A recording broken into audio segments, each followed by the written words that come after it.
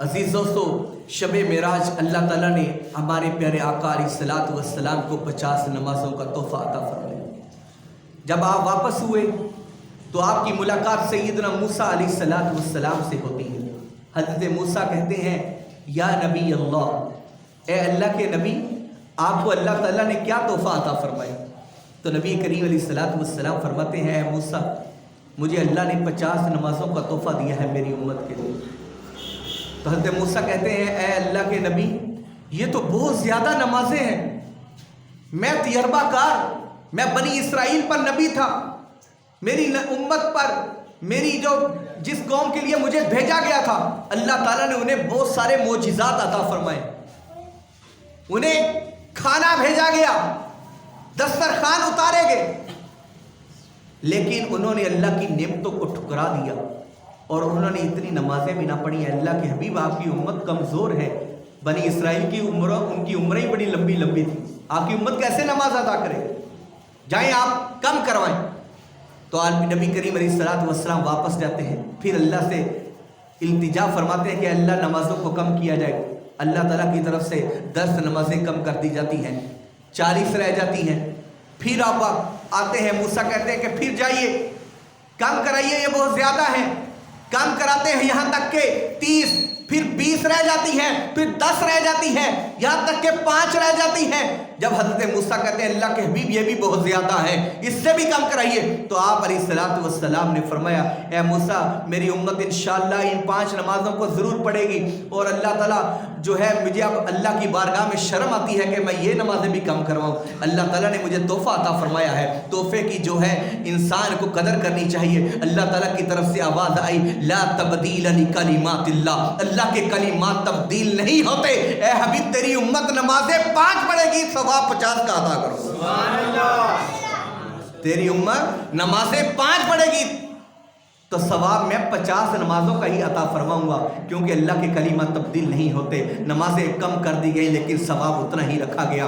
اللہ تعالیٰ نبی کریم علیہ الصلوۃ والسلام نے فرمایا نماز بے حیائی سے روکتی ہے، نماز میری آنکھوں کی ٹھنڈک ہے، نماز مومن کی معراج ہے۔ حضرت علی نے جو فرمایا کہ اگر میں چاہتا ہوں کہ میں اللہ مجھ سے کلام کرے تو میں قرآن پڑھتا ہوں، اور جب میں چاہتا ہوں کہ میں اللہ سے کلام کروں تو میں نماز پڑھتا ہوں۔ عزیزان گرامی، یہ ان کی نماز ہے۔ حضرت علی نماز پڑھتے ہیں، کانٹا لگ جاتا ہے، اور کانٹا جو ہے اس قدر شدید ہے، آپ کو تکلیف ہو رہی ہے۔ حضرت علی المرتضیٰ فرماتے ہیں کہ جب میں نماز پڑھوں اس ٹائم پہ نکال دینا، کیونکہ جب آپ نماز پڑھتے تھے آپ اس قدر موم ہو جایا کرتے تھے کہ پتہ ہی نہ چلا کہ جب نماز میں آپ نماز پڑھنے لگے کانٹا نکال دیا گیا۔ جب نماز سے فارغ ہوئے کہا کہ وہ کانٹا نکالا نہیں، کہا حضور وہ تو کب سے نکال دیا، آپ کو پتہ نہیں چلا؟ کہا کہ مجھے تو پتہ ہی نہیں کہ وہ کانٹا مجھ سے کب نکالا گیا۔ تو آپ رضی اللہ تعالی عنہ اس قدر مستغرق ہو کر نماز پڑھتے تھے کہ حدیث پاک میں آتا ہے ان تعبد اللہ، کہ تم اللہ کی عبادت کرو، کأنک تراہ، کہ گویا کہ تم اللہ کو دیکھ رہے ہو، فإن لم تکن تراہ فإنہ یراک، اگر تم اس رتبے تک نہیں پہنچے تو پھر یہ گمان رہو وہ تمہیں دیکھ رہا ہے۔ پہلے عبودیت کا کیا درجہ ہے کہ ایسے عبادت کرو کہ تم اللہ کو دیکھ رہے ہو، اور اگر اس رتبے کو نہیں پہنچے تو پھر یہ گمان کرو فإنہ یراک، وہ تجھے دیکھ رہا ہے۔ عزیزان گرامی، نبی کریم علیہ الصلوۃ والسلام نمازوں کا تحفہ لے کر آئے۔ نبی کریم علیہ الصلوۃ والسلام مکہ میں تشریف لاتے ہیں، ویسے ہی کنڈی حرکت کر رہی ہے، کنڈی ہل رہی ہے، جس بستر جو ہے گرم ہے۔ آپ علیہ الصلوۃ والسلام فجر کے ٹائم پر آپ اپنے بستر پر تشریف فرما ہوتے ہیں، نماز پڑھتے ہیں۔ نماز پڑھنے کے بعد آپ جو ہے ام ہانی، جو آپ کی بہن ابو طالب کی بیٹی حضرت سیدنا علی مرتضیٰ کی بہن ہے، اس کو واقعہ سناتے ہیں کہ میں جو ہے معراج سے ہو کر آیا ہوں، میں تو بیت المقدس سے ہو کر آ گیا۔ کہا کہ اللہ کے رسول واقعی آپ تو اللہ کے گھر سے ہو کر آئے، آپ اللہ سے ملاقات کر کے آئے؟ اے اللہ کے رسول، آپ یہ قصہ کسی کو مت سنائیے گا، آپ کی قوم جو ہے آپ کا انکار کر دے گی، آپ کے واقعے کو تسلیم نہیں کیا جائے گا۔ آپ علیہ الصلوۃ والسلام نے فرمایا نہیں، یہ واقعہ تو میں ضرور بتاؤں گا۔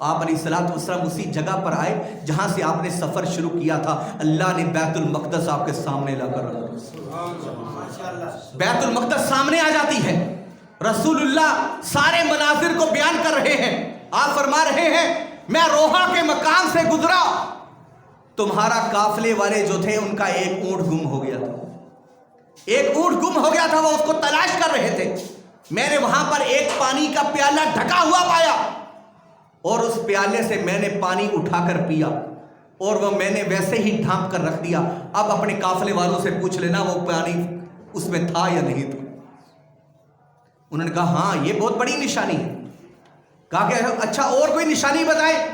آپ علیہ السلام نے فرمایا جب میرا وہاں سے گزر ہوا تو ایک جانور میری سواری کو دیکھ کر بتک گیا اور وہ بھاگ نکلا, اور اس کے اوپر جو 2 بندے بیٹھے ہوئے تھے فلان اس میں سے ایک کا ہاتھ ٹوٹ گیا ہے, یہ بھی نشانی ہے. انہوں نے کہا اچھا یہ تو بہت بڑی نشانی ہے.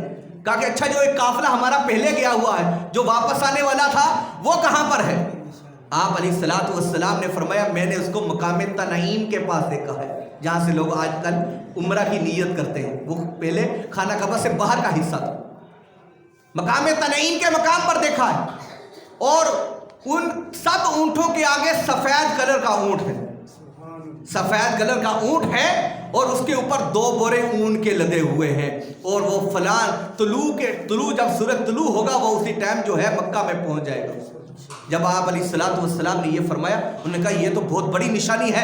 انہوں نے اپنے بندوں میں سے 2 بندوں کی ڈیوٹی لگا دی, ایک کو مشرق کی جانب کھڑا کر دیا, ایک کو مغرب کی جانب جس طرف سے قافلہ آنا تھا وہاں پر کھڑا کر دیا, پہاڑوں پر کھڑا کر دیا تاکہ یہ بتا سکے کہ محمد سچا ہے یا یہ سچا نہیں ہے. تو جب وہ جو بندے ہیں وہ کھڑے ہو گئے, جیسے ہی سورج طلوع ہوا اور سورج طلوع ہونے پر شخص نے کہا کہ سورج طلوع ہو گیا ہے, ادھر مغرب جو میں تھا جو اس نے کہا کہ وہ دیکھو ہمارا قافلہ بھی سامنے نظر آ گیا. وہ سامنے وہی سفید اونٹ ہے جیسا کہ محمد نے کہا تھا کہ سفید اونٹ ہوگا, اس پر 2 بورے بھی لدے ہوئے. تو یہ اللہ تعالیٰ نے آپ کو معراج شریف عطا فرمائی. اللہ تعالیٰ نے اپنا دیدار کروایا, اللہ تعالیٰ نے اپنی ملاقات کا شرف بخشا. عزیز دوستو اللہ تعالیٰ نے آپ کو بہت ساری نشانیاں عطا فرمائی. اللہ تعالیٰ نے فرمایا لقد رأى من آیات ربہ الکبریٰ, اللہ نے اپنے حبیب کو بڑی بڑی نشانیاں دکھائیں. یہ نشانیاں تو چھوٹی چھوٹی آپ نے زمین پر دیکھی, بڑی نشانیاں تو آپ کو دکھانے کے لیے اللہ نے اپنے پاس بلایا. اللہ نے آسمانوں کی سیر کرائی, جنت دوزخ کی سیر کرائی گئی, آپ کو وہاں کے احوال بتائے گئے. نبی کریم علیہ السلام نے یہ سب چیزیں اللہ تعالیٰ نے آپ کو دکھائیں. تو آپ علیہ السلام نے آ کر اپنی امت کو حدیث شریف کے ذریعے سے باقی قصہ جو ہے بتایا. حدیثوں کے اندر سے بتایا گیا نبی کریم علیہ السلام کے بارے میں. اللہ تعالیٰ نے سورہ نجم کے اندر تفصیل کے ساتھ ارشاد فرمایا لقد رأى من آیات ربہ الکبریٰ افتمارونہ علی ما یریٰ ولقد رآہ نزلۃ اخری عند سدرۃ المنتہی عندہا جنت المأویٰ, کہ وہاں پر جنت مأویٰ ہے. اللہ تعالیٰ نے اپنے حبیب کو جو ہے ملاقات کا شرف عطا فرمایا. حضرت موسیٰ نے کہا تھا اے اللہ میں تجھے دیکھنا چاہتا ہوں. اللہ تعالیٰ نے فرمایا لن ترانی, تو مجھے ہرگز نہیں دیکھ سکتا. لیکن جب حبیب مصطفیٰ کی باری آئی تو اللہ نے فرمایا کہ حبیب مجھے آ کر دیکھ لے. حضرت موسیٰ جو وہاں پر پہنچ گئے کہ اے حبیب نمازیں زیادہ ہیں. اے لوگو اللہ کے حبیب حضرت سیدنا موسیٰ یہ بات دیکھنا چاہتے تھے کہ میں اللہ کو تو نہیں دیکھ سکا, تو چلو رسول اللہ کے چہرہ انور پر وہ تجلیات کو دیکھ لوں جو اللہ کے حبیب وہاں پر حاضر کرتے. نعرہ رسالت.